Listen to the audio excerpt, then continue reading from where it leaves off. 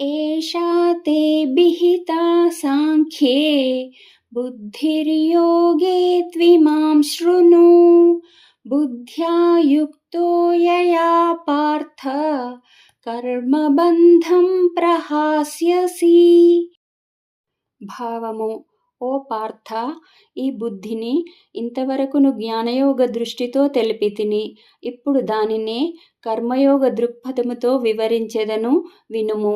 దానిని ఆకలింపు చేసుకొని ఆచరించినచో కర్మబంధముల నుండి నీవు ముక్తుడవయ్యెదవు అని శ్రీకృష్ణ భగవానుడు అర్జునుడితో పలికెను. నేహాభిక్రమనాశోస్తి ప్రత్యవాయో న విద్యతే స్వల్పమప్యస్య ధర్మస్య త్రాయతే మహతో భయాత్.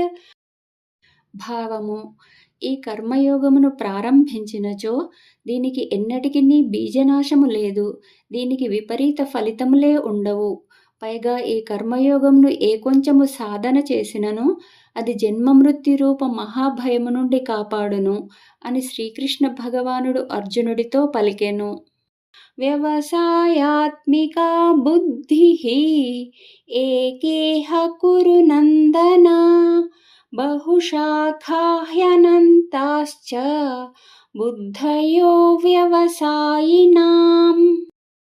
భావము: ఓ అర్జున, ఈ కర్మయోగమునందు నిశ్చయాత్మక బుద్ధి ఒకటియే ఉండును.